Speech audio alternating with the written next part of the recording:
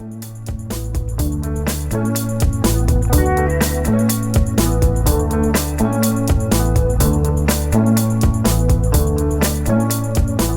to the Honest Field Guide podcast, a weekly show dedicated to winning in entrepreneurship. I'm your host, Ginger Birkenbuell. I'm the CEO of Burt Creative, a leadership, brand strategy, and visual identity agency dedicated to helping scale brands and assist with their adaptability with the market. On my show, you get to eavesdrop in on intimate conversation with business leaders and inspired entrepreneurs, designed to give you tips and strategies so your own business can thrive. Subscribe and join me each week for laughter, inspiration, and honest stories.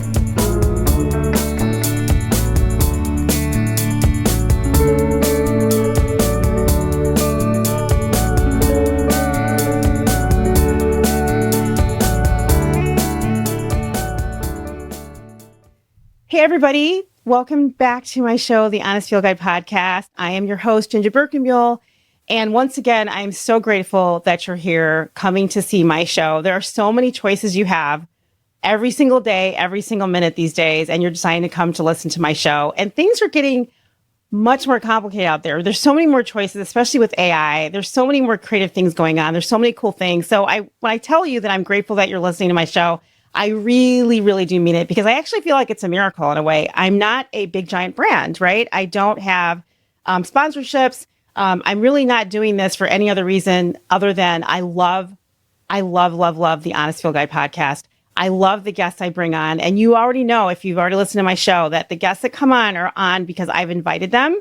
I have not had a guest on my show that has pitched to me. So everybody that's on here is because there's something really, really, really cool about this person. And I'm like really excited about it. I'm like, I really want to know more. And that's the truth. And you already know this. I just feel so passionate about creativity and entrepreneurship. So again, thanks. And like my show, please like my show on all the places you listen to podcasts, but definitely like it on Spotify. And I'm going to tell you why. So of all the platforms, Spotify is the only platform that actually pays a little bit of change to people that have a show that are not really huge and big. So the more listeners I get, the more likes and follows I get, I actually make a little tiny bit of cash on my show. And I need the cash because, like I said earlier, I'm not sponsored. I do this for the fun of it. And I have another job. I have a company called Burt Creative. So I have other places where I have to make money. And this is not one of them. This is a place of joy for me, my show.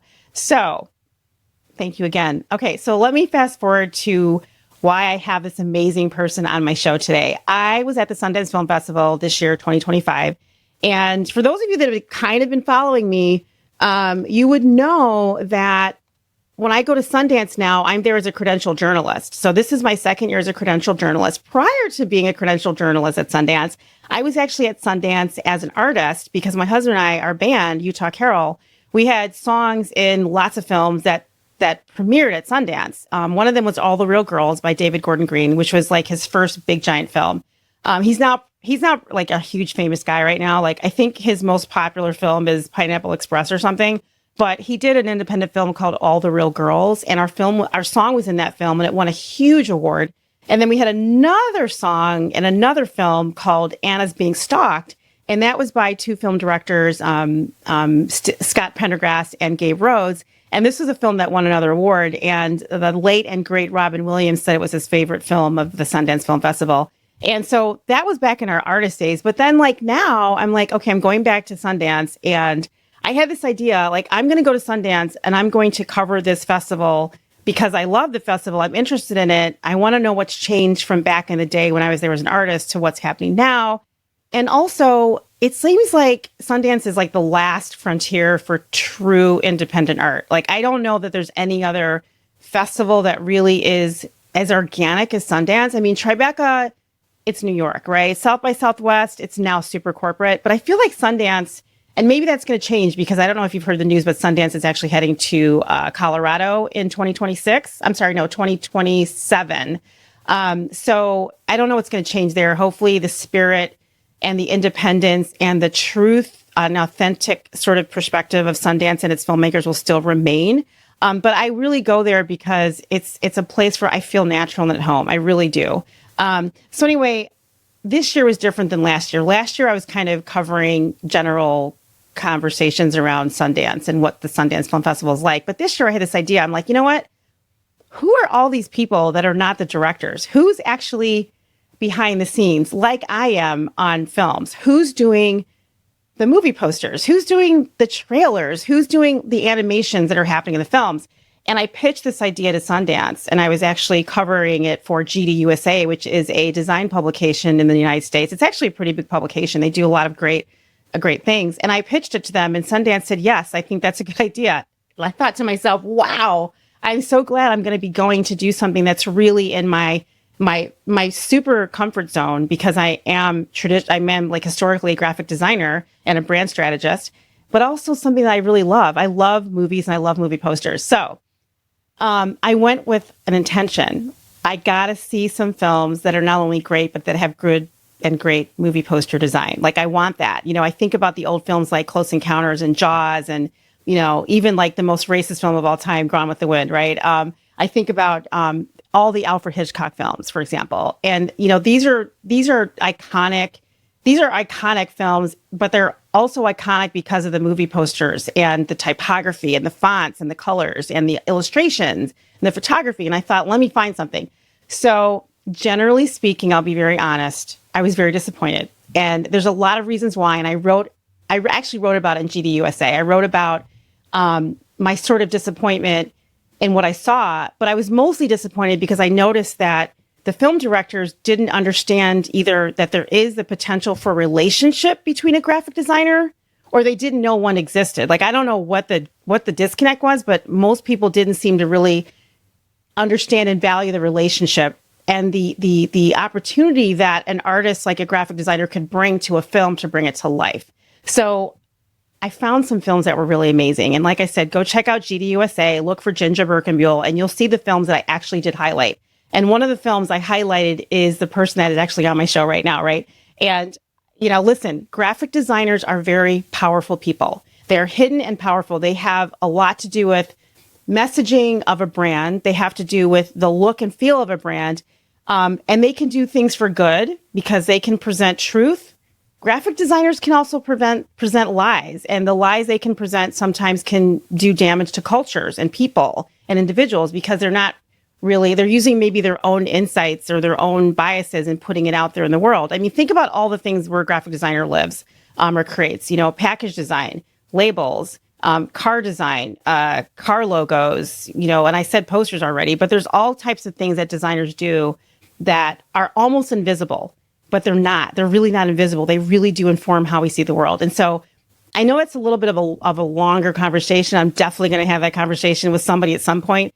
But when I think about all the things that really resonated with me at Sundance, the ones that resonated were the ones like this one.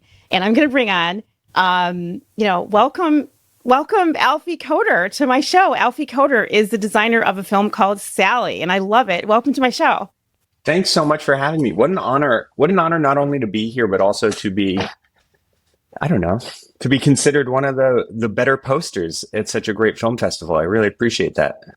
You know, yeah, I mean, I feel like I know you were super busy at the Sundance Film Festival. I mean, you were running around bananas, and I do want to get into that a little bit later, but it's really hard when you're working the festival to get everything you need from it, right? You're just like, you really got to lock in and focus because there's so much happening between the parties and the walking and trying to figure out how to get from here to there and then getting to the actual films and going through the lines, right? So I can't imagine that when you were there, you were looking at some of the films at Sundance thinking, oh, that's a good poster. Oh, that's a good logo. There's no way, right?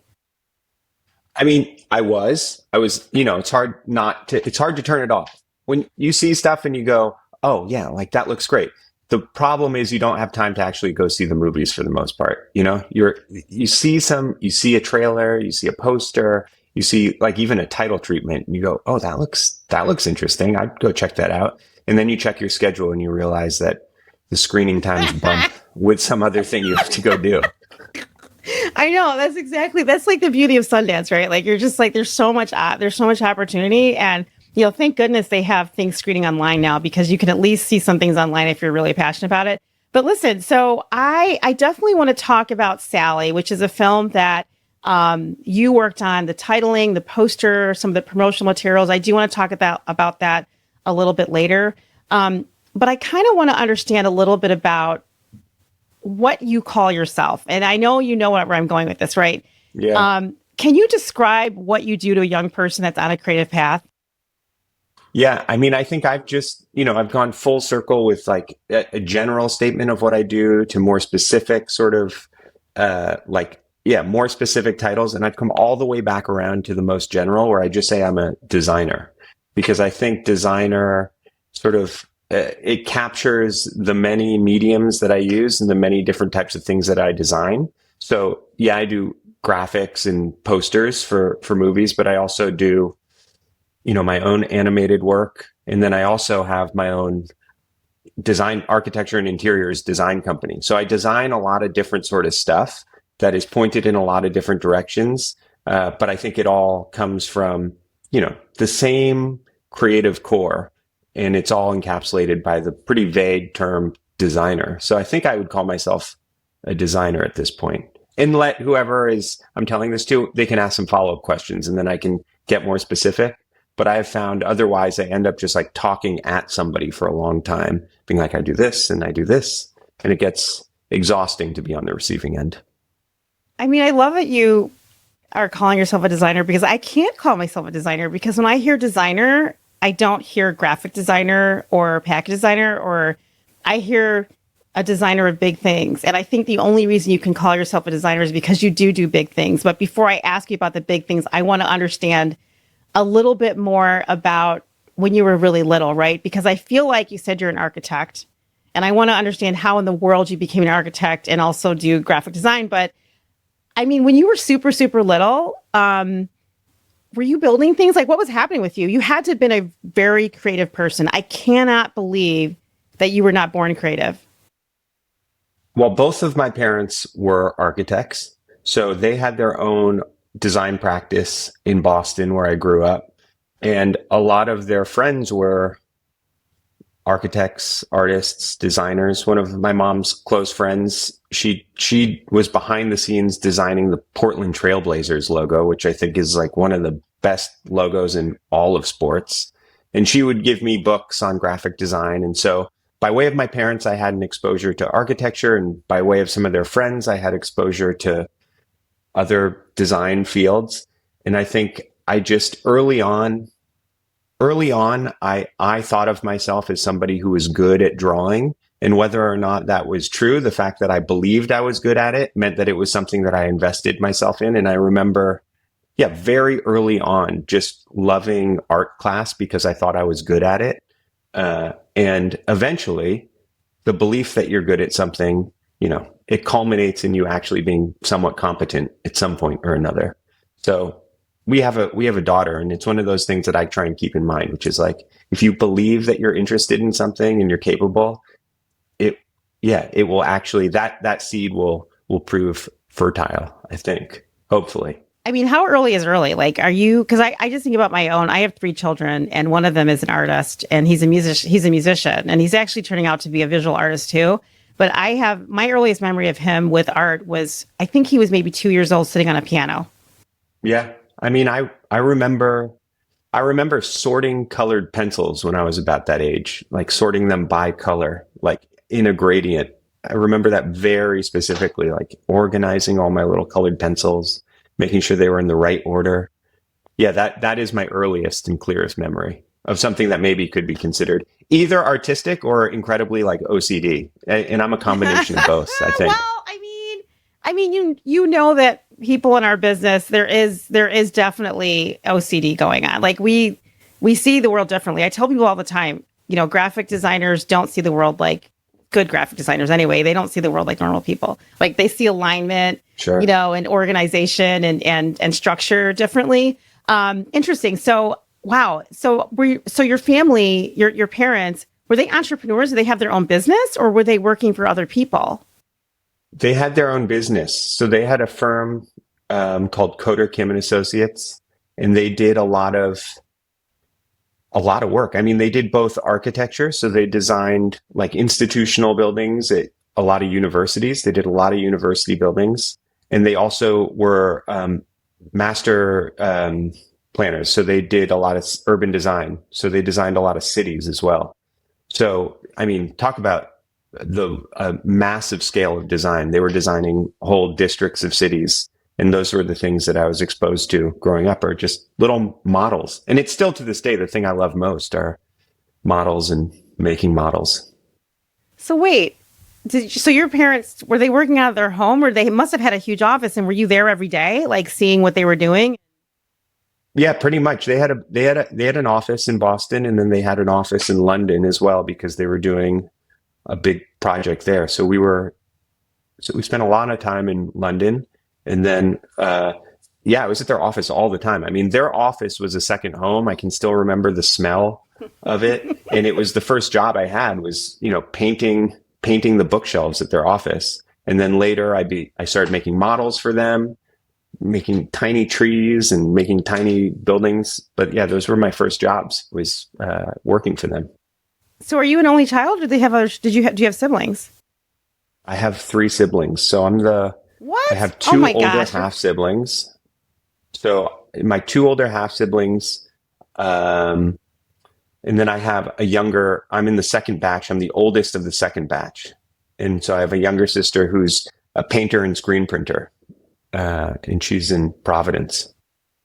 Wow. I mean, talk about like super powered creative experiences all around. I love, love, love that. And I love understanding that, there are parents out there that really just let their children have free art, free spirit experiences, right? I mean, I love that. It's just, It's hard for some parents to do that, to let their child go. Like, it's just hard, I mean, I tried a lot with my children to give them the freedom to express themselves, and now they're doing it now. So high school, it sounds like you were doing a lot of work. In high school, were you also doing creative work, or were you focused on something else? Like, what happened? It's one of the craziest things. Like, in high school, I didn't take any art classes. I didn't, it's like, in our high school had great facilities, and I didn't do any of that stuff. And I don't know why it was. I think I ended up I don't know. I think the years between high school and the end of college are just sort of like, for me, I lost track of myself. That's a big, solid chunk of like formative years. And I don't think I came back around to it until later. But yeah, I wasn't doing all the things that in retrospect, I wish I had done in high school. I wasn't taking screen printing classes. I wasn't taking art classes. I wasn't doing theater. I wasn't doing any of that stuff. I was like taking Latin, so who knows? Yeah. I mean, it's interesting. I mean, you were surrounded by creativity. I mean, maybe not fine art creativity, right? But you were surrounded by a lot of high thinking, professional creativity, and art and design. So yeah, I mean, I kind of feel the same way. Like, when I was in college, I would have loved to have taken Loom, for God's sakes. Like, why didn't I do that? Right. You know what I mean? Why didn't I? Yeah. So that's really interesting. So I guess then one of my questions was going to be, what is the one thing you learned in high school that has informed your career today? I feel like nothing. Yeah, I mean, it's a good thing for me to ask myself, though, because I do think that like high school and college, I would say I was not academically or artistically oriented. I was like very socially oriented. And maybe the biggest thing I can take from both of those experiences is just like the power of having like a group of people around you that you want to spend time with. And it's still the thing that I really, the best experiences I've had creatively are when I'm working with a group of people that I consider to be friends or family, or a group of people who become friends and family by way of working together. So maybe that is the thing that I took from that period of my life, is the degree to which I found being surrounded by the right group of people energizing and necessary. So I think that I hold on to very closely. And, I'm not surprised that you have that answer, because I was actually going to ask you, you were probably popular because you're very engaging. And how in the world did you get through high school and get things done and get good grades with popularity? Because I have a son that's popular. I know, I'm serious. I have a son that's tall, handsome, and popular. And high school was really hard for him because of that, even though he's really smart and really talented. And he made it through. But, I mean, I feel like it's an actual thing. So when you went to college, So what happened in college? I mean, you got a degree in, Hold what on. did you get your First of degree all, in? Talk to I me about it. love that I present as somebody who is popular in high school. As somebody who is not popular in high school, this is like such a You do. this is the ugly duckling turn beautiful swan moment where I can say, yeah, this is great. I was small, weird, had a bowl cut. I was not You had a bowl just cut? because No, you didn't. oh, hell yeah. You had a bowl. It was I cool love back it. then. You have to remember that this is in the wake of Jonathan Taylor Thomas and his sort of like butt cut. If you try and attempt the butt cut, but you can't get it perfect, you just end up with bowl cut. And so I just had bowl cut. Yeah, but I love that I present as somebody who was popular. I was pretty quiet. I was pretty shy and quiet. I had a group of like core friends. And I think this is why I cherish these sorts of communities, which is like, if you're not popular, but you have like 5 or 6 people who really believe in you, that's all that matters. And it's the same with, doing work now. If you have like 5 or 6 people who are really in it with you and like down to just, I don't know, encourage one another, it doesn't matter if you're popular or not. It doesn't matter if you're successful or not. You're doing your own thing. And I think that's what counts. I love that thought of the 4 or 5 core people. You're right. When I think about it, I've never really thought about it that way. So when you got to college, what was happening there? I mean, did you bring your core people with you or did you develop a new core people? No. And then what did you study? No, college, I totally lost track. So college, I would say... Lost track of what? Like lost track of... So I went to a school that was bigger than I thought it was going to be. I went to a school that was 30,000 people, which is like that's a big school. And I think if you don't know what you're trying to get done and you're dropped into a community like that at 17, I'm also like kind of young for my grade. So it felt uncomfortable. And I just, I didn't quite get a grasp on what I was interested in, the types of people I wanted to spend time around. I didn't quite get a grasp on that until the very end of college. So I went to college to study urban planning, which I thought was urban design. I just didn't do my research. And so urban planning, unlike urban design is designing cities. Urban planning is like policy, which is like a lot of apologies to any urban planners out there, but boring. It was not like design related. Mm-hmm. It was not creative in the way that I wanted it to be creative. It was more policy oriented. And so rather than transfer out of that major, I was too lazy. So I just stuck with it for 4 years and just sort of zoned out. And it wasn't until the very end when I started taking architectural drawing courses. As a senior, I took the freshman level architectural drawing course. And I thought this is cool. I should have done this earlier. I should have thought about this before. And that is what paved the way for me to then go to grad school for architecture, which is finally at the tail end of my college career. I think I sort of got a grasp of what it was that I was interested in. Wow, you rescued yourself. And that was actually, I was going to ask you what was your first job after graduation, but so you found your way to architecture in the master's program, which is brilliant. Where did you go to college? Was your undergraduate the same place as your graduate work? No, so I went to undergrad at Cornell. So I was in upstate New York, which also is beautiful in the summer, but it is not the summer all year round. And it gets quite dark, literally and emotionally, up in upstate New York. And if you're not comfortable with yourself, it's a hard place to be. But, by the end, I figured it out. And then I went to Yale for grad school. And that's where I got my master's in architecture. But I think sort of the long story short is I think we like to think of there being like a clear linear path from when we're babies to now we've always been on track to do this one thing. I think mine really worked in a lot of fits and starts and derailments. And it took, I would say really until 10 years ago for me to actually, maybe even less, for me to feel like I had a handle on what I want to be doing with my time in my career. It wasn't clear from the start. So what did you do when you graduated with your degree from Yale? And they have a tremendous architecture program. I mean, they're renowned. So what did you do when you graduated? Great architecture program. So I moved to New York, and I ended up working for a very large corporate architecture firm, which was not a great fit for me. I would say the thing I learned about myself there is that I am a bad employee. I do not do well in a corporate environment. And I took just a lot of coffee breaks. Sounds like me. Yeah. Like me. I realized if you go to the bathroom, and you get coffee, nobody's going to say anything. That's an okay break to take. So I just was going to the bathroom a lot. I was getting coffee a lot. I was over caffeinated all day long, not getting any work done.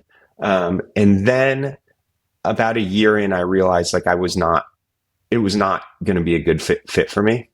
And so I left, and I went to a smaller boutique firm called Work AC, which is principled by Dan Wood and Amal Andraus. And that was perfect. It was a small firm. They were doing smaller scale residential work as well as larger civic work like libraries and museums. But the scale of the office itself, which was, again, a tight community, it's not 4 or 5, little more than that, but it felt like a family there. And that, I think, is where I really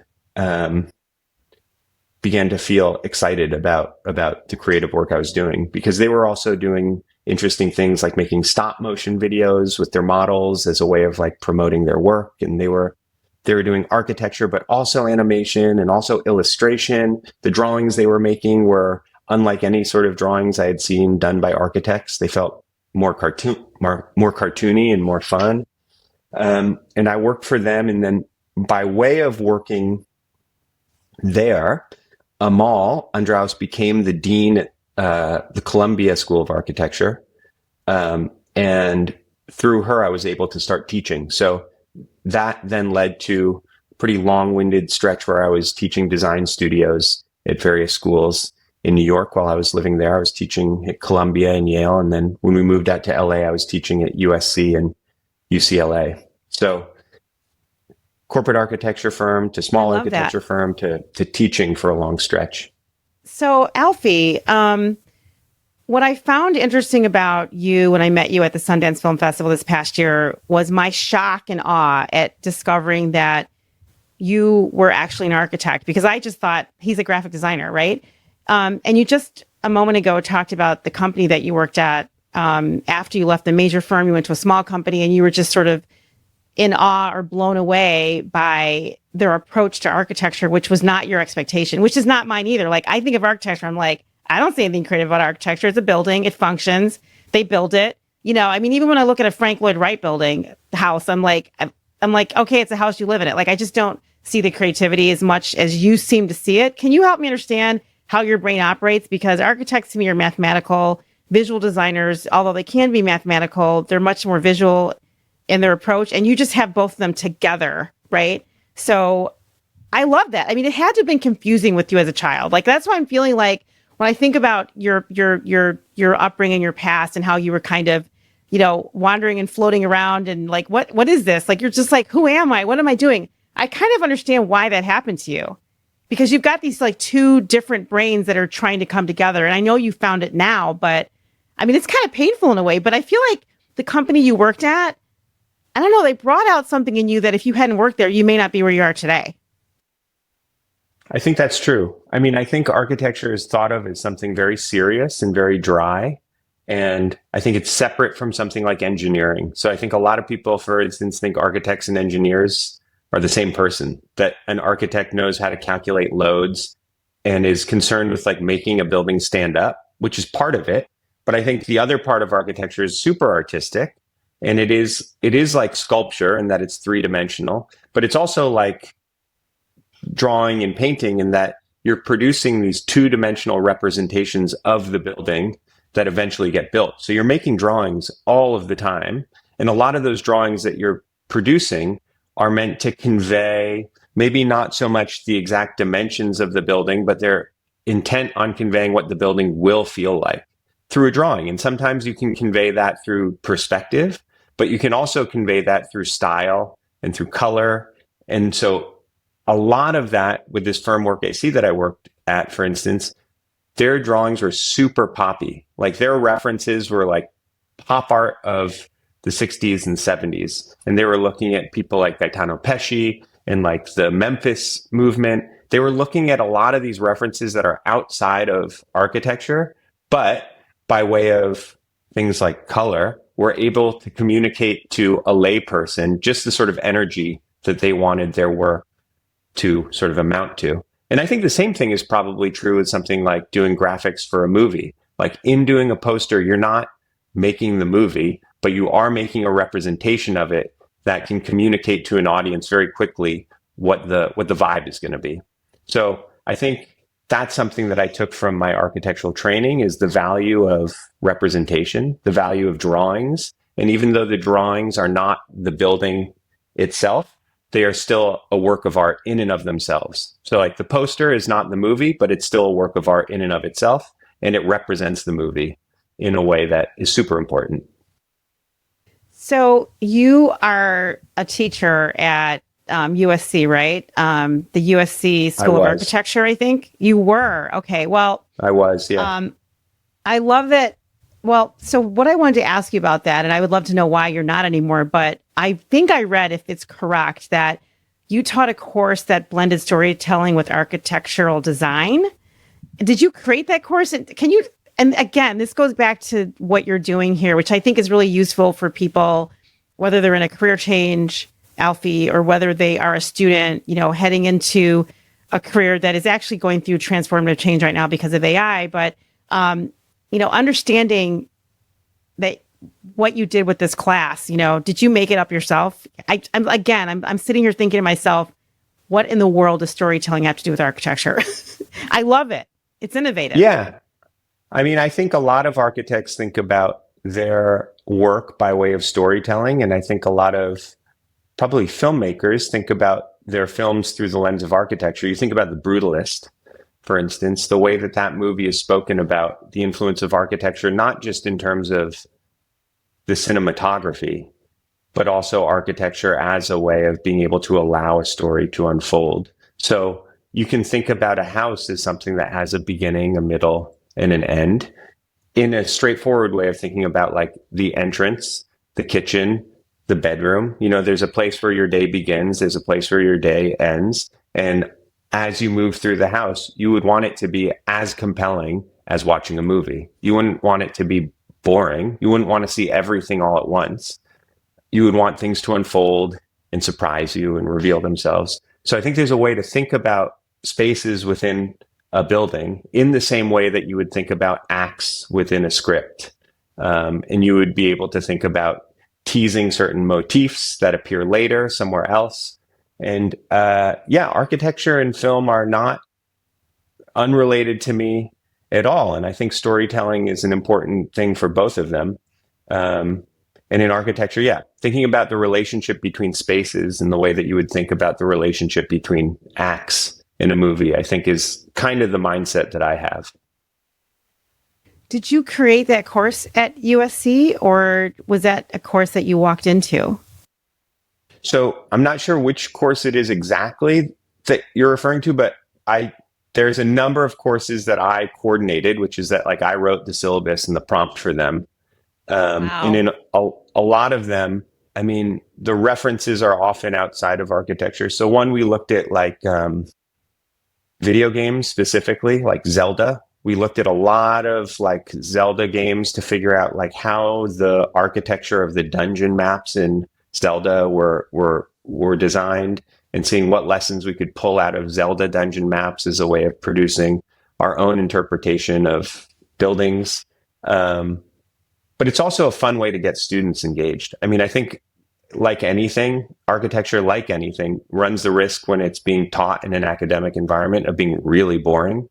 And so you need to put a carrot at the end of the stick to get people who are 18, 19 years old excited about it. Otherwise, you're just talking about walls and ceilings and floors, and that gets pretty dry pretty quickly. I sense that you have that you're still curious and still searching, and you're still open to different possibilities. Do you feel that that sort of perspective you have, did you bring that to the classroom? And are you teaching now? I'm not teaching now. And I think if anybody is teaching, they have to be curious and open and wanting to continue to develop. I mean, it is a real trap if you're going in to teach and you feel like you have it all figured out, you know exactly what you're doing. At that point, like there's no room for a student to have any original ideas because you're just going to squash them immediately. And so I think the only responsible way to teach is to be open-minded and to be willing to develop yourself. You're helping the students develop, but at the same time, you have to be willing to, let them take you for the ride. It is one of the best things I've ever done, teaching in that capacity. But I'm not anymore at this point. I think other work has just sort of demanded my time in a way that if you're going to teach, you got to be able to put your all into it. And at a certain point, I realized that I just wasn't going to be able to commit the amount of time to it that would be, I don't know, respectful of the students. I like that you were thinking about video game design with architecture. I mean, it's just such a brilliant way to approach work. And I think what I'm noticing that's missing, and I have 3 sons in school, 2 in college and 1 in high school, I do notice what you're describing. I do see a lack of curiosity and a lack of embrace and a lack of embracing the new and embracing technology, and even trying to challenge yourself to think differently about how to approach a problem that maybe isn't exactly the way you learned in school or exactly the way they taught you how you're supposed to teach. Like, I feel like in this environment that we're in right now with artificial intelligence and the rapid sort of, production and release of these tools, if you don't have a teacher that has curiosity, if you don't have an instructor or a guide that is unafraid to sort of challenge their own perceptions, as you say, I don't think they're going to serve the student. And they're definitely not going to serve the institution that they're at. And I feel like there's a lot of people out there that are kind of hiding out like that. There's a lot of teachers that are hiding out. Either they're hiding out or they're white knuckle flying and they're just trying to get through and get done and get out. And I don't want that to hijack the conversation, but I feel like a voice like yours is missing, to help other teachers see that there are other ways to do this, because I just loved what I read. So I want to, you talked earlier about like when you were a really little boy in your parents' company, like you were building models. Did I read that you actually worked on a film called Mucho, Mucho Amor? And you also did something in a film called Science Fair. And you did many set designs in these films, right? Like, when did all this happen and how did you get there? So Mucho Mucho Amor and Science Fair, the graphic work I did for those was limited and light. I would say those 2 movies were my entry point into the world of graphics. And that is by way of my brilliant, beautiful, creative wife, Christina Costantini, who directed both of those movies. So Science Fair was her first feature film. And for that, there's a sequence where they needed an animated Kanye West head to bounce along with lyrics. And because I live, you got to watch it to see. Because I live with Christina, she said, I need an illustration of Kanye West's head. Can you do that? And I said, sure. So I did that. And that was my first taste of seeing my work on a big screen. And I went, oh boy, I got to do more of this. And then for Mucho Mucho Amor, I did the title treatment for that. And I would say that sort of set in place, the possibility for me and Christina to work together on things, which I think was an inevitability. Both of my parents worked together. Both of Christina's parents worked together. They have a furniture company that they own and operate in Milwaukee called La Lune. And so for both of us, the model of partnership has always been a working one, the one that we've been exposed to. So working together is maybe an inevitability. And the first project that we really took on together in equal parts was a short we did called The Originals, which was an animated documentary about our old neighborhood and our old landlord in Brooklyn. And that was actual interviews that we conducted with our landlord and his friends that we then animated with full sets that we built and little paper cutouts. And that was maybe the first real demonstration, I think, of like my interest and ability to get into animation. And that sort of set this path forward for having a real calling card for other people to go like, oh, this is a name and this is a guy who can actually do stuff. And that short went on to premiere at Tribeca and did like a whole sort of circuit of film festivals where it got enough attention that people could reach out and ask me to do stuff for them. And since then, I've been doing a lot more graphics for movies and TV. So your wife said, "Can you draw this?" I want to know, how did she know that you could draw? What were you doing that she knew? Like, of course, I'm going to ask Alfie. Oh, I draw all the time. I mean, just sort of nonstop. And it's that is just part of who I am. I think there's never a question as to like, oh, can Alfie like figure out how to do this? She knows that I know software. I think that's like the biggest thing I learned from architecture school is how to use software and like how to teach myself software. You like go to school, nobody's teaching you how to use Photoshop or Illustrator or InDesign there. They just say like, you need to download these pieces of software and you got to just like figure it out. And it's trial by fire. And you learn how to learn, and you learn that you're capable of learning by yourself, which is massive. Anyway, long-winded way of saying I knew how to use these pieces of software, and Christina knew that I could use those pieces of software to make a funny picture of Kanye West's head. I mean, I just love it. And when I talk to people that came into creativity later in their lives or later in their career, I always hear the same story. You know, my mom told me and my dad told me that I had to be a doctor or a lawyer or an accountant or a banker. And I did that. And then I realized that I never wanted that I was an artist. With you grew up in a creative family. And it's like you went sort of into a creative space, but maybe not exactly the creative space you would have gone in. And so now you're living the dream and the life that maybe had you gone to an art school, you would have a different experience. But, everything comes when it's supposed to. And I'm really glad you brought up your wife. And most of the people that listen to my show, by the way, are listening audio. But I love that. I feel like she almost walked in and I was like, oh, come on in.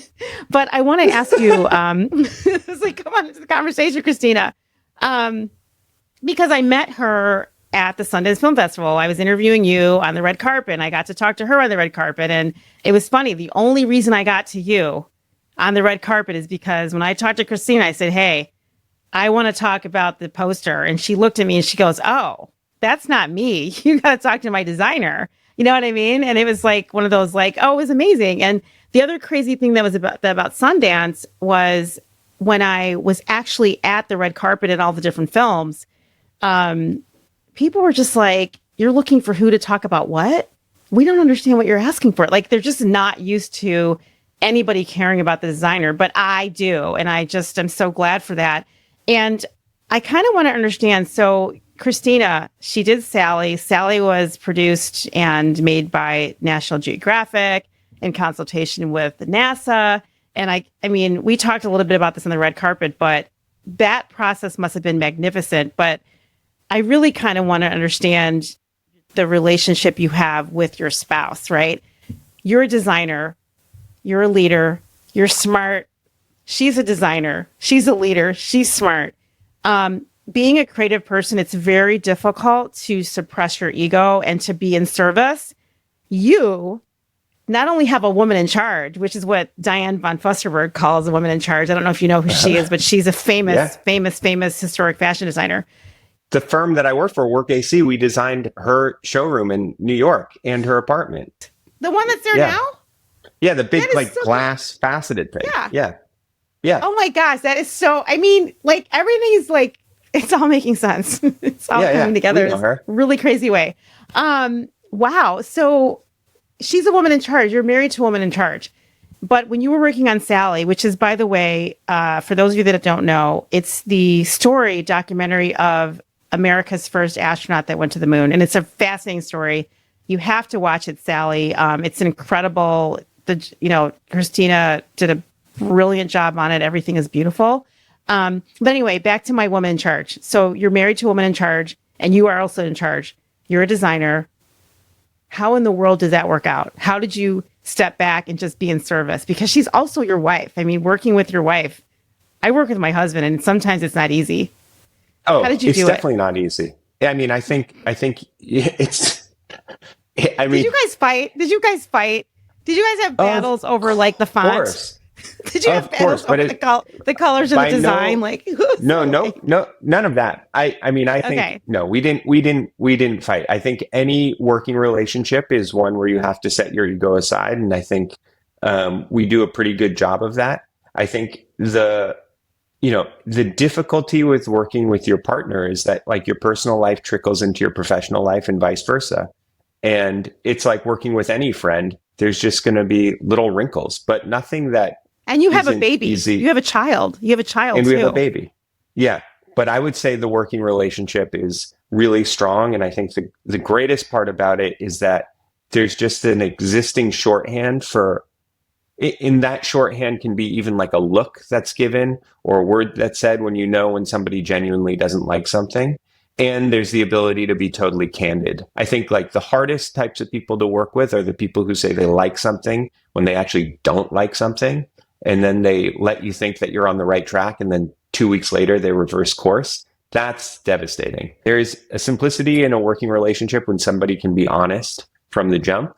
And I think when you're working with your partner, that is one of the great gifts that is given to you, is that like they are always going to be totally honest with you, even if it hurts your feelings a little bit, but that is just part of it.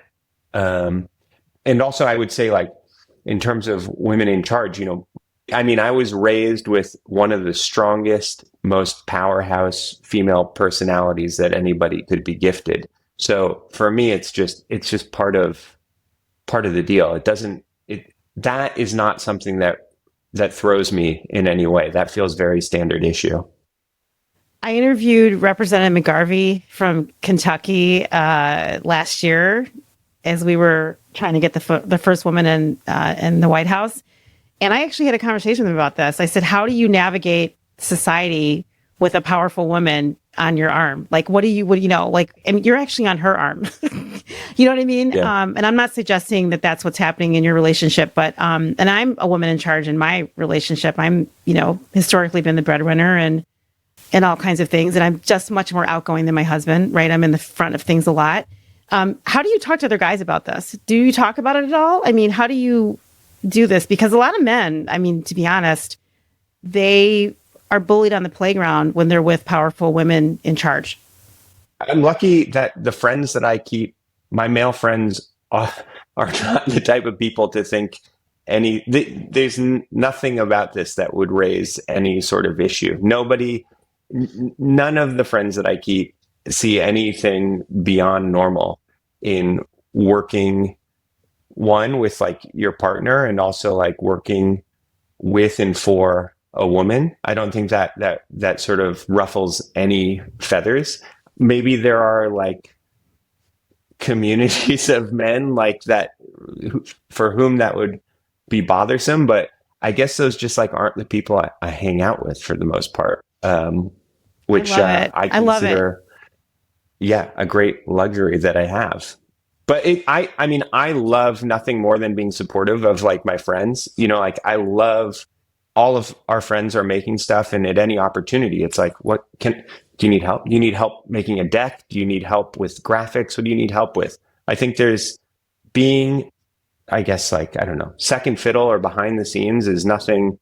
It's no small task, and it's something to be proud of, to be somebody who's like in support. I mean, listen, the reason you're here is because you're behind the scenes, and people don't really honor people behind the scenes enough. I mean, I'm sorry, but we make like a lot of people that do the work that we do. And I'm talking about my professional world versus my personal world with my family. But we designers and architects too, I'm sure, but designers, I mean, we really do the kind of work that if we weren't here doing it, things wouldn't be successful. Things wouldn't look good. Things wouldn't really be cohesive. For example, when I saw some of the films at Sundance that did not have a designer in place, it was very obvious to me. And it was disappointing as I thought, wow, for these directors out here on these films, for them not to have an ecosystem of creative relationships, it is not going to help their career, because not only will their film suffer from, beauty, but their careers are going to suffer because they're not necessarily going to know how to grow their ecosystem in a really great way that'll bring them to a place like where your wife is with all the films she's working on, right? Or where, Steven Spielberg is. I mean, he had an ecosystem of creative people all the way down to the music. And I feel like if you have a director that isn't helped and directed to find someone like that, they're just going to be limiting their career. Because we add so much value to projects. And I do want to talk about Sally. So this amazing film that you worked on, what's going on with the film? Do you have any, can you give me some scoops and background, behind the scenes, is it blowing up? What is going on with Sally? Well, Sally has been on just a wild festival run. So, we're actually leaving next week for San Francisco Film, and then we're off to Milwaukee Film. So I think, there's no real gossip or drama behind the scenes other than just the excitement of having it out in the world and being able to get eyes on it. I think, like any project, you work in a sort of echo chamber for years on this thing, wondering if anybody is going to like what you're making. And for me, that's graphics. Are people going to say wow, great movie, ugly graphics? For Christina, no one's going to say that. The direction of the movie as a whole, but you're sitting on these thoughts for a long time, and it feels great to get it out into the world and hear what people have to say about it. I think one of the great gifts was getting to meet Tam and Bear in person. Tam O'Shaughnessy, who was Sally's partner and survives her, and Bear Ride, who is Sally's sister. Those two people are just what a joy to get to spend time with those two. So, when I talked to you on the red carpet, Alfie, about your graphic process working with NASA and National Geographic, I don't remember I don't think you actually told me that you loved that corporate government process or not. I mean, so when you were working on this film with National Geographic and NASA, and I imagine your wife, right, Christina Costantini, was involved as well. Was that a pleasurable design process working with the federal government? I just can't imagine it would be. I would feel like it would be exhaustingly long, take forever. Oh yeah. I mean, there's no input that NASA had on it. So it's not like we had to clear our graphics with NASA. I think the gift that we had from NASA is they released this graphic standards book a while back, which is the graphic standards that they had throughout. I don't know what era it is, but it's certainly up through the 80s at the very least. And their graphics were so strong and so memorable and convey so strongly a sense of time and place that to have that as a reference for the work that we were doing on Sally was amazing. It was a design exercise, but on a certain level, it felt like an archival exercise in going through just the sort of library of existing graphics that NASA already had established and figuring out how to best adapt those for a movie like Sally. And then I think, the other part of it where there are more standards in place this is really boring stuff, but, National Geographic falling under a Disney umbrella, they have certain standards and design guidelines that you have to adhere to. But those they did not really affect the quality of our work at all. We had a pretty long leash. I just feel like I'm holding up a pin, which is backwards because it's just backwards, the visual of it. But you took one of the original NASA logos and made it into Sally for the film, which I think is logo. It's so clever. You just have so many clever things that you've done with this. And that's what I mean. your work stood out to me big time. And it's interesting because the other thing that stood out to me at the festival was the film about Sly and the Family Stone called Sly Lives. And of course, that is backed by another massive corporation, Hulu, which has the film. But you also did this really cute, amazing, I haven't even opened this yet. You did this like really amazing package, which is critical space item handled with extreme care, National Geographic documentary films, which I was so happy to get this like merch. You know what I mean? And I thought, wow, he's really put a lot of beauty into this. And I think that when I look at this kind of work, it reminds me of the old days of graphic design and packaging when we used to do books and materials and, film packages and just presentations and all these things. And you just did all of this, right? I mean, this is beautiful, beautiful work. And notwithstanding your wife is beautiful. Your wife, should I open it now? You think I should open it now? If you haven't opened that yet, you should open it and see what's inside. I should. I'm going to open it right now. Yeah. You know what? I've been holding on to it, thinking to myself, one day it's going to be a collector's item, and it's going to be worth $1 million. Oh, but it's resealable. So you don't have to tear it. You can open it. It's you can zip it back. Oh my gosh, you're so right. So just for the people that are listening and not watching, I have a silver wrapped package that Alfie Koetter designed for the film Sally, of course, with his wife, Christina Costantini, who's the director of the film. And I'm opening it right now, and it's like silver with red, and it's just so, so cool. What is it? Oh my God. I feel like I don't want to say what it is because this kind of gives away okay, I'm going to say it. It's a tampon from Tampax. And the reason why this is so amazing, you have to see this film. There is a scene in the film, Tampax. So wait, is this like product placement? I mean, honest to God, did you have to call them and sort of get approval to put Tampax in this Sally package? There's no approval with this. This is our own.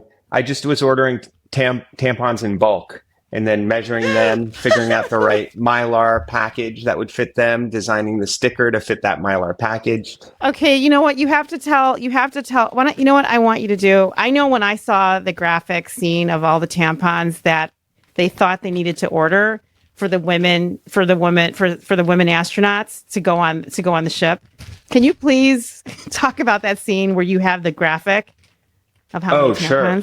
I mean, it's just such a funny story, which is that, Sally is going into space, and one of the challenges of sending the first female astronaut into space for NASA is, having never done it before, they did not have any idea what would go into the sort of hygiene package that female astronaut would bring on board. And so they knew tampons had to go in there, but they had no idea how many. And they approached Sally and they asked if 100 tampons would be the right number for a 3-day trip into space. And she simply said, no, that would not be the right number. And so for that animation, we just, 100 tampons just to convey, we know the number 100, but when you see it visually lined up and filling a screen, you go, that is a ton of tampons. That is far too many tampons. And so we were just told to have fun with it. And that's exactly what we did. And this is what I'm saying. And I noticed this also with Sly Lives. The power of the designer on the film added so much texture and so much visual interest. And it conveyed visually the infographic much more about, oh my God, just like you said, 100 tampons does not make sense until you see how many tampons is 100. And I love that, you were really involved in that aspect of the film. And it didn't have to be there didn't have to be anything like that. And that's what's so beautiful about a filmmaker having access to someone like you and the way that you think. And every filmmaker, in fact, if I had an opportunity to provide any coaching to Sundance Film Festival, it would be to have someone like you go in and have a conversation with the fledgling filmmakers that are in there on grant and say, listen, developing a relationship with a graphic designer or a creative director or an art director and working with you on your film especially one that understands how to sit back on their ego and actually help you bring your vision to life, is something that you should not undervalue, not underestimate. And I think that they're not getting that message. And I think you've done a brilliant job with Sally. I'm very proud that I got to meet you and talk to you. I'm so proud that your wife stepped aside and said, "Oh, no, you don't want to talk to me about this. We need to talk. You need to talk to my graphic designer." And that was I'm telling you, that was a very unusual conversation that most of the directors I had at Sundance, they were, one director I talked to, she didn't even really know how to approach the conversation, right, about a graphic designer on her film. So I really have to say, I have to give a shout out tribute to Christina for understanding your power in bringing her film to life. So now I want to ask you some rapid fire questions because I love this conversation. It's been amazing talking to you. And I love talking to you on the red carpet. And for those that are not familiar with Alfie Koetter, you need to learn about him. Type in Google, type in on Perplexity. ChatGPT will come back with an amazing bio about Alfie, believe it or not. And also look up Christina Costantini because she's brilliant. She's got some amazing films. One day I'd love to really see some of those little miniature that you built because I feel I'm like thinking about you as a little boy, like as a little boy building miniatures in your parents' office. And then fast forward to this beautiful, amazing woman that you met and you happen to be married to, who's like, you met the perfect, you got the perfect woman to like realize your dreams, right? Oh my God, that's one of them. Alfie's holding up a miniature car. One of the cars from the originals. This is from the originals of what? From the originals of what? The movie the animated short we did, the originals. Okay. These are some of the sets that we had in it. This is a dumpster. We just made our entire neighborhood in Brooklyn down to the garbage can lids. Yeah, just all the stuff. I love it. Why did you leave Brooklyn?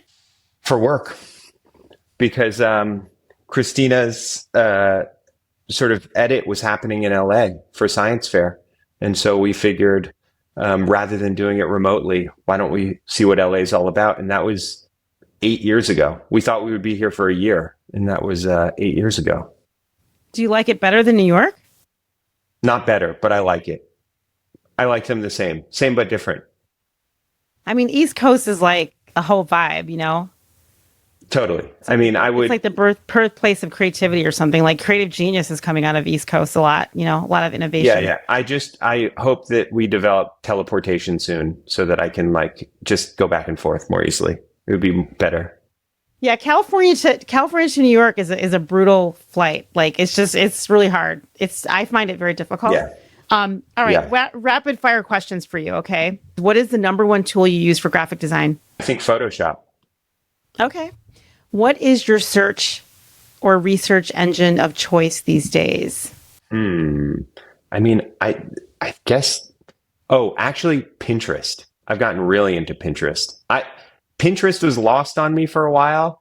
I slept on Pinterest. I'm on Pinterest right now. I feel like I'm 15 years late. Pinterest is doing great stuff. Their number one demographic is women in the Midwest. Sign me up. I'm one of them, I guess. Alfie's like, I'm a woman in the Midwest. I love it. Yeah. So where would you like to go with your family that you haven't been? And this is from your architectural lens. Oh, from my architectural lens? Oh, that's a great question. So I would love to go to Buenos Aires, Argentina, but maybe for architecturally, but also culturally, just because that's where Christina's family is from. And Penny, that makes Penny a quarter Argentinian. Would love to take her over there. Architecturally, oh man, I mean, I guess parts of former Soviet Union, they got some weird architecture over there. I don't know if I'd want to go there culturally, but like to go see some sad concrete buildings that they have, just like standing around.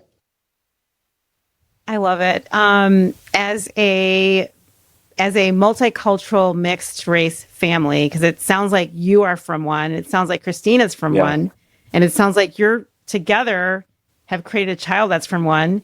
what has been your most challenging aspect of that from any perspective you want to answer? And what's been the most beautiful part that you can talk about from that multicultural lens?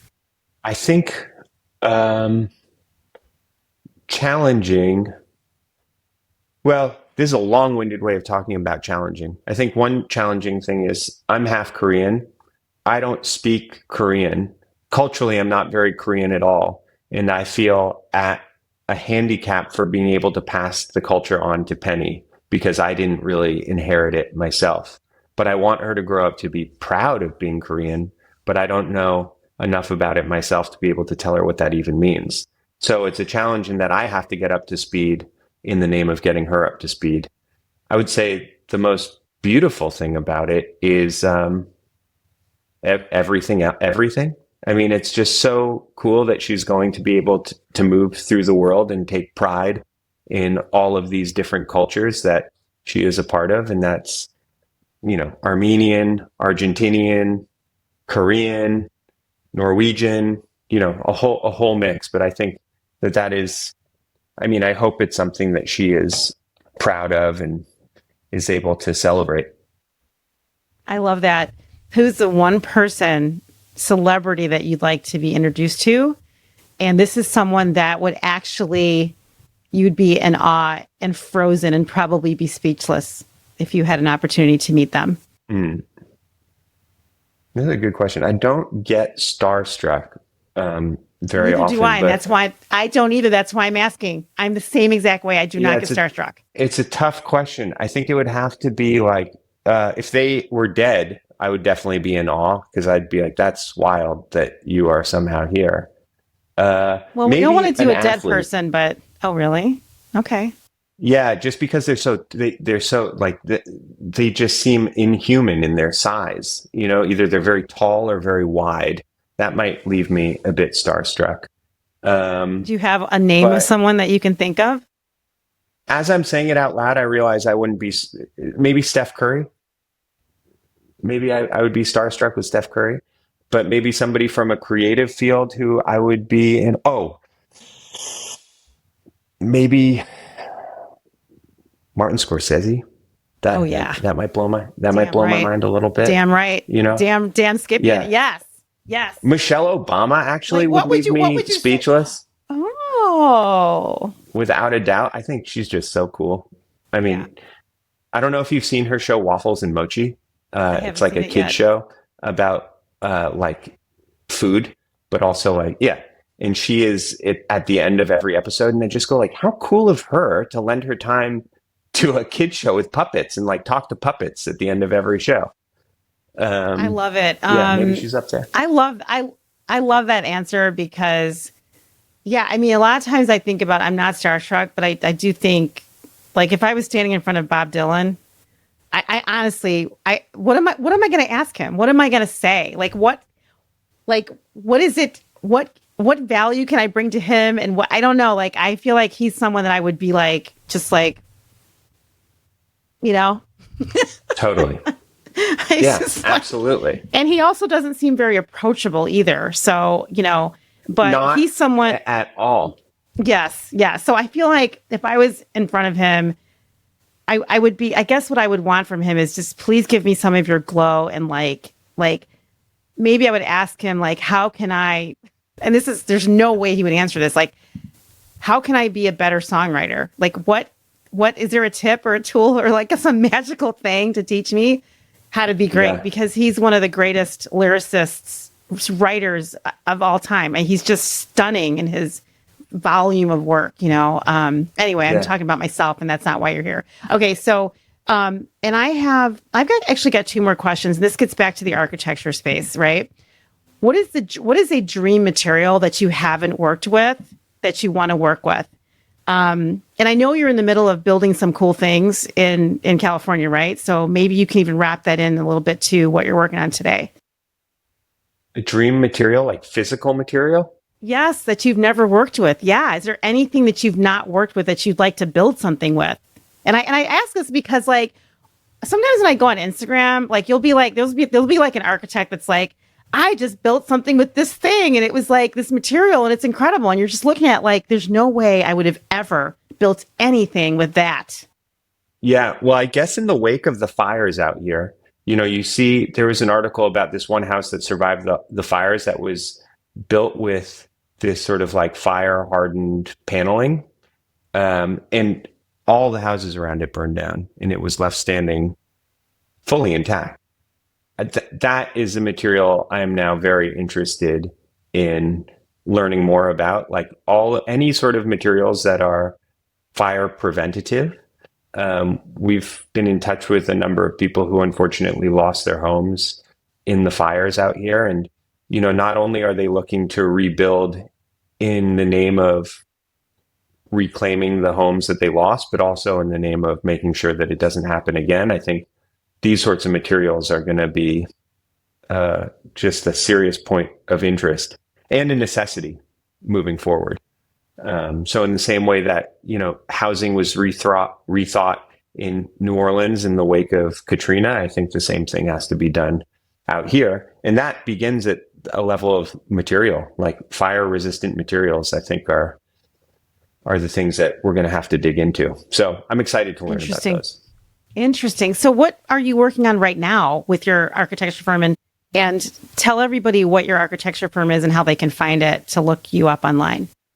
So our firm that I run with Luke Studebaker is called Loaf, Loaf. And our website is meatloaf.org. MEET, not MEAT, like you're meeting us, meatloaf.org. And we do primarily residential architecture on the east side of LA. But we've also worked in New York and the west side of LA. And we do everything. We do everything from full ground up houses to bathroom renovations. There's no scale that's too small for us to take on. And I think we're excited to do all that sort of stuff. Right now, we're working on a bathroom renovation in Silver Lake. We're finishing that up. We're at the early stages of doing a landscape design for a house around the corner from us, and then also potentially doing some of these full rebuilds of homes that were lost in the fires. And we do all that stuff and hopefully more in the future. Oh, goodness. You are such a super creative. My last question for you is, when there's someone looking for a super creative architecture, design, graphic design, posters, whatever that would be, how would you like them to approach you to hire you? Like, and by extension, what type of client do you want that you believe aligns with what you're trying to accomplish in your career? Oh, man. I mean, email's always great. Just email me. But I think more to the point of how to approach us, I think you touched on it earlier, which is, the idea of approaching somebody not as somebody who's simply working for you, but somebody who is a collaborator throughout the process. So in any work that we take on architecturally, we understand that we are working with the client and they are working with us. It's not as if we're forcing a design on them, and it's not as if they're forcing an idea on us.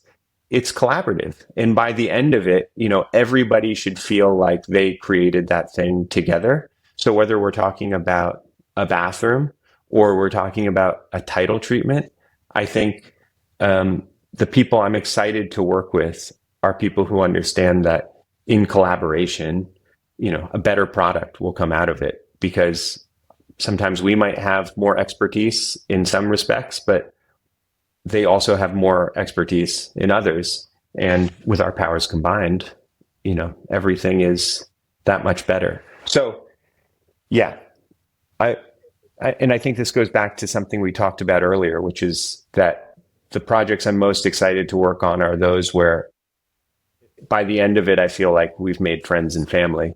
And to make friends and family, I think it's got to feel like you're working together and not for. And that's the way. That is the way. That is the way. As Mandalorian would say, this is the way. Yeah, that's right. I'm happy you picked up on it.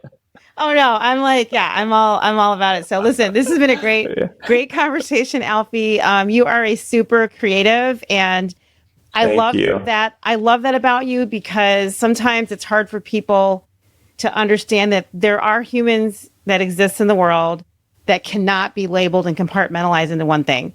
And I love meeting people like that, because that's how I feel like I am. I just don't fit that box. And when you can find, like you said, the tribe and the community and a partner and a wife and a family, everything that fits together, that like can look at you and understand that and not judge and not question. They're just like, this is a free spirit who is bringing everything that they've got to whatever that project is they're working on. And they have multidisciplinary vision and approach. It's such a powerful combination. And you were lucky to be born in a family that respected and honored that and cultivated it. And I feel the same. So bravo to like everything. And I cannot wait to see the next film that you work on with your powerhouse woman in charge wife, Christina Costantini. So listen, everybody needs to check out Alfie Koetter online and check out Sally, the film by Nat Geo. It's absolutely tremendous. Please go look for my essay in GDUSA, where I analyze, I think maybe 5 or 6 films that actually stood out to me with, and you can tell that they had a graphic designer and a creative partner, which made all the difference for me in the outcome of my experience in the film itself. And definitely try to get to Sundance next year. If you can, it's going to be the last year at Park City, because they are moving on to Colorado, which is really exciting. I can't wait for that. Thank you so much, Alfie, for coming on. Thank you so much for having me. What a great time. So fantastic. We will see you next time on the Honest Field Guide podcast. Thanks, everybody. Bye. Bye. The Honest Field Guide is produced by the team at Burke Creative, where brand and multi-channel strategies are designed to help you get attention, grow, scale, and keep up with the pace of change. The music on the podcast is written and performed by Utah Carol. You can find their songs everywhere online to buy or stream. The opinions expressed on the Honest Field Guide are solely those of the hosts and guests.